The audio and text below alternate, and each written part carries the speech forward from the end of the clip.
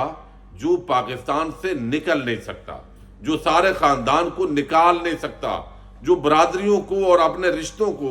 وہ مجبور ہے، ورنہ ہر کوئی پاکستان سے اس وقت نکلنا چاہتا ہے، چونکہ جنگل کا قانون ہے، بے آئین سرزمین ہے۔ اب ان حالات کے اندر اصل ذمہ دار یہ پورا سسٹم ہے پاکستان کا، پھر یہ کرپٹ چوروں ڈاکوؤں لٹیروں کا وہ ٹولہ ہے جو پاکستان پر پچھلے 75 سالوں سے بدل بدل کر جو ہے وہ قابض ہے، جاگیردار، سرمایہ دار، فوجی، ڈکٹیٹر، یہ تین طبقات پاکستان پر مسلسل 75 سال سے قابض ہیں، باریاں بنائی ہوئی ہیں، اور پھر ہم دیکھ رہے ہیں کہ مزید بہتری کی کوئی امید بھی نہیں ہے۔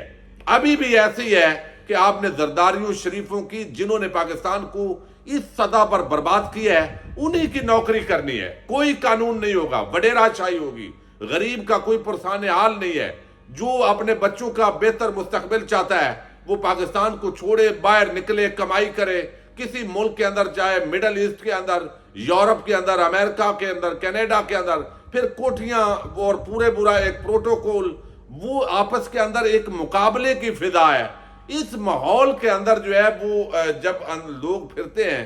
اور اپنے روزگار کے مواقع دیکھتے ہیں، بچوں کا مستقبل دیکھتے ہیں، تو وہ اپنے ملک کی طرف دیکھتے ہیں کہ یہاں تو کوئی جو ہے وہ کوئی سسٹم ہی نہیں ہے، تو ان کو نکلنا پڑتا ہے۔ اور ایف آئی اے ہے، جب واپس جائیں گے غیر قانونی، وہ اپنی رشوت لے رہے ہیں، ہر ادارہ رشوت کھا رہا ہے، یعنی اوپر جب بے ایمان، کرپٹ اور ڈاکو ہوتے ہیں تو پھر نیچے والے تو منشی سے لے کر اوپر تک سارے کرپٹ ہوتے ہیں، تو ہر کوئی ان عام پاکستانیوں کو کھا رہا ہے۔ جو بھی بچوں کے مستقبل کے حوالے سے ہر پاکستانی پریشان ہے، اور جو پاکستان کا سسٹم ہے وہ اتنا اپاج، نکما اور کرپٹ ہو چکا ہے کہ وہاں پہ پاکستان کے اندر کوئی جو ہے باعزت روزگار کمانے کی پوزیشن میں نہیں ہے، چند لوگوں کے لیے خوش قسمتی ہوتی ہے۔ تو یہ وجہ ہے لوگ پاکستان کو چھوڑ رہے ہیں۔ کشتی کے حادثات، آپ ایجنٹس کو پکڑیں، آپ جن کو بھی پکڑیں، لیکن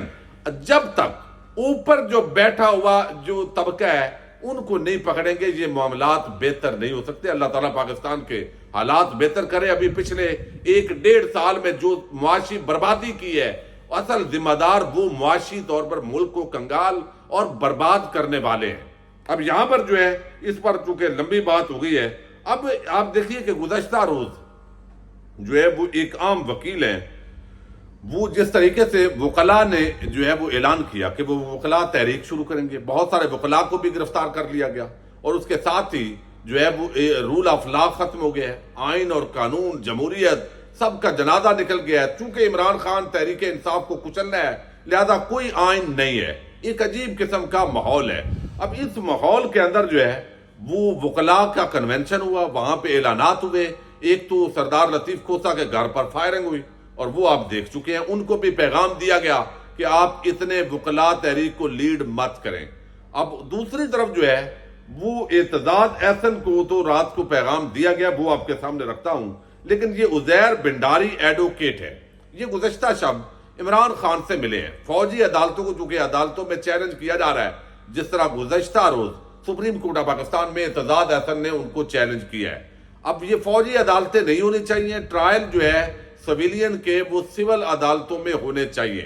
لیکن یہاں پر جو ہے وہ ایک عام وکیل سینئر وہ جاتے ہیں زمان پارک، عمران خان سے مشورہ کرتے ہیں، عمران خان ان کو مشاورت دیتے ہیں، جب وہ وہاں سے نکلتے ہیں تو ان کو اغوا کر لیا جاتا ہے، چونکہ انہوں نے بھی فوجی عدالتوں کو چیلنج کرنا تھا۔ اب عمران خان صاحب نے اس پر ٹویٹ بھی کیا، اب انہوں نے کہا کہ عزیر بنڈاری ایڈوکیٹ کا شمار سپریم کورٹ آف پاکستان کے معزز اور سینئر ترین وکلاء میں ہوتا ہے۔ فوجی عدالتوں جن کے خلاف ہم عدالت سے رجوع کا ارادہ رکھتے ہیں کے حوالے سے انہوں نے مجھ سے ملاقات کی، مجھ سے ملاقات سے واپسی پر انہیں ان کی جانب سے اغوا کر لیا گیا، جن کا نام نہیں لیا جا سکتا کیونکہ وہ قانون سے بالا تر ہے۔ ہم ہر لحاظ سے مکمل مارشل لاء کی گرفت میں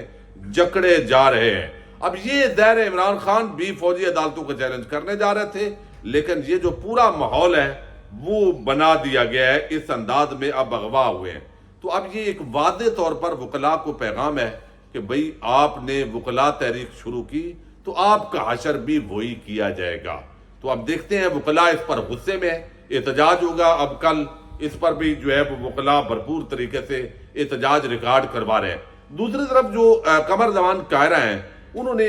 میسج دیا ہے اعتزاز احسن کو۔ ایک تو یہ جو واقعات ہوئے اس کے ذریعے بھی اعتزاز صاحب کو میسج دیا گیا کہ آپ کے ساتھ بھی یہ ہو سکتا ہے، خدا نخواستہ۔ اب دوسری طرف جو ہے وہ قمر زمان قاہرہ وہ کہتے ہیں اعتزاز احسن کو حق نہیں ہے کہ پارٹی کے فیصلے کے خلاف عدالت جائیں۔ اعتزاز احسن کا بطور رہنما پیپلز پارٹی درخواست دائر کرنا نامناسب ہے۔ یعنی آپ تو لیٹ گئے ہیں نا،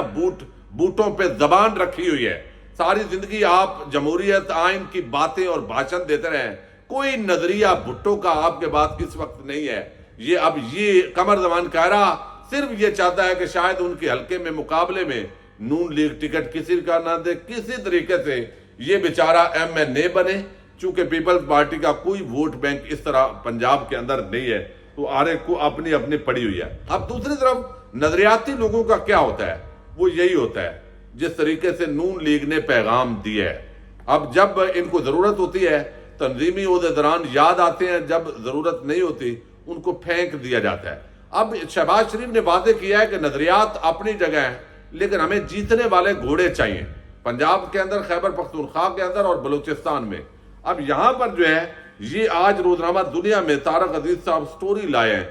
جس کے اندر بتایا گیا ہے کہ مسلم لیگ نون کی